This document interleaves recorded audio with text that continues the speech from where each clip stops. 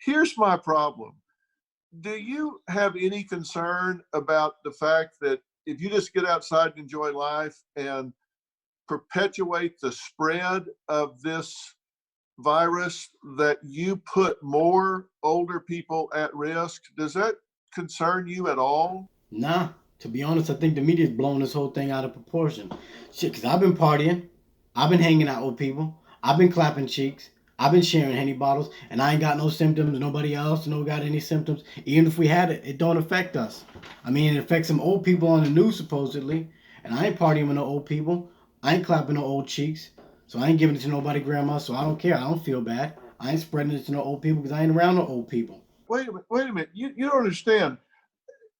Out of 508 cases, 20% of those cases were between the age of 20 and 44. According to the CDC, between February 12th and March 16th, 12% of those were in the ICU. Young people are getting this, 40% between the age of 20 and 54. So young people are getting this. You can't, you might, look, are you just saying this to get attention?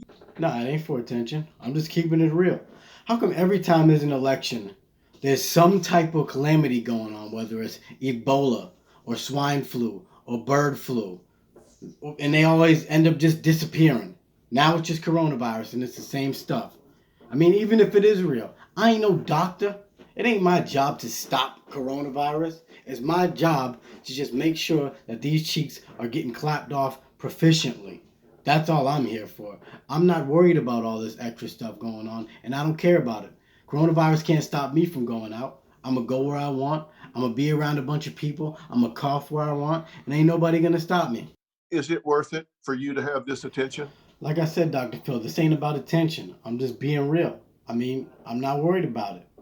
I mean, look at me right now. I look like a caveman because I can't get a lineup because the barbershop's closed because Ling Ling wanted to eat bat soup.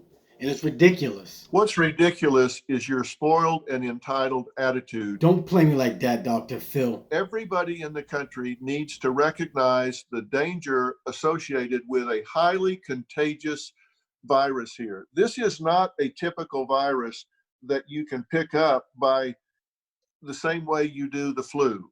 The flu kills a lot of people, it's true. This virus is much more contagious and much deadlier than influenza. This is something that we need to respect, or we're going to overwhelm the medical system and everyone is going to be impacted. You're going to be impacted. This is impacting you. The only impact that I care about is the impact that I make against some quarantine cheeks. You can't scare me with your virus. I mean, the election's coming up. And by the way, if Trump really gives out those stimulus checks, the first thing I'm spending my corona money on is a Make America Great Again hat. He got me as a supporter on that one. But anyways, that's besides the point. I ain't scared of your magical virus, man. I'm still gonna go out and I'm gonna do what I want to do, Dr. Phil.